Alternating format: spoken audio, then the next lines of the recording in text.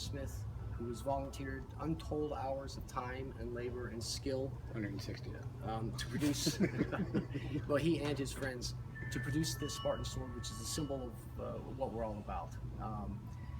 This is going to be the formal handoff from Shane to the fire department of New York City, Danny, and the sword will remain the property of the fire department of New York City and the people of the United States, symbolizing our belief in the power of the Spartan pledge and what it will do for us. Now, Shane, if you wouldn't mind unveiling the sword and explaining its construction and some of the symbolism that you've incorporated into it. Well, Danny sent me a big box of tiny pieces of the World Trade Center. Now, the Trade Center was made from most likely ATS 36 or 1018, which is a mild steel. You can't make a sword out of mild steel, but you can use mild steel as part of a billet for a blade for a sword. So I had to take those pieces, forge rolled them up into billets, and then I had to take those billets, which are small bars of steel, and add other small bars of steel that had high carbon, called 1095, and that would give it its strength.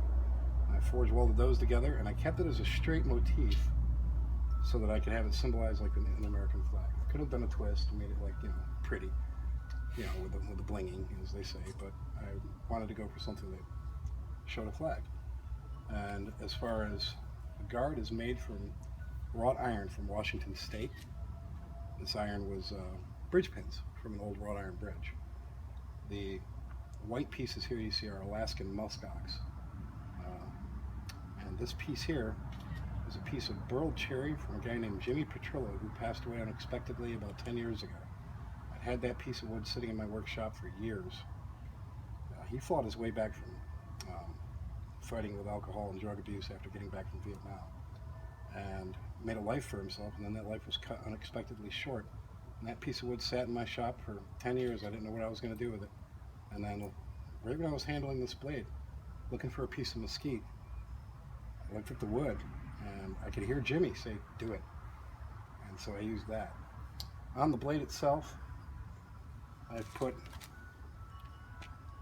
some symbolism on this side, and I've put strength, courage, and honor in Latin in the star field. And on this side, we've got 9/11/01, 2,566 civilians, 343 fire department, 71 police department, 8 EMTs, flight 11, flight 175. And here in Latin it says, I'm probably going to mispronounce this, Ni oblibus ganamor, which means lest we forget. And this is for you. I salute you and the sword.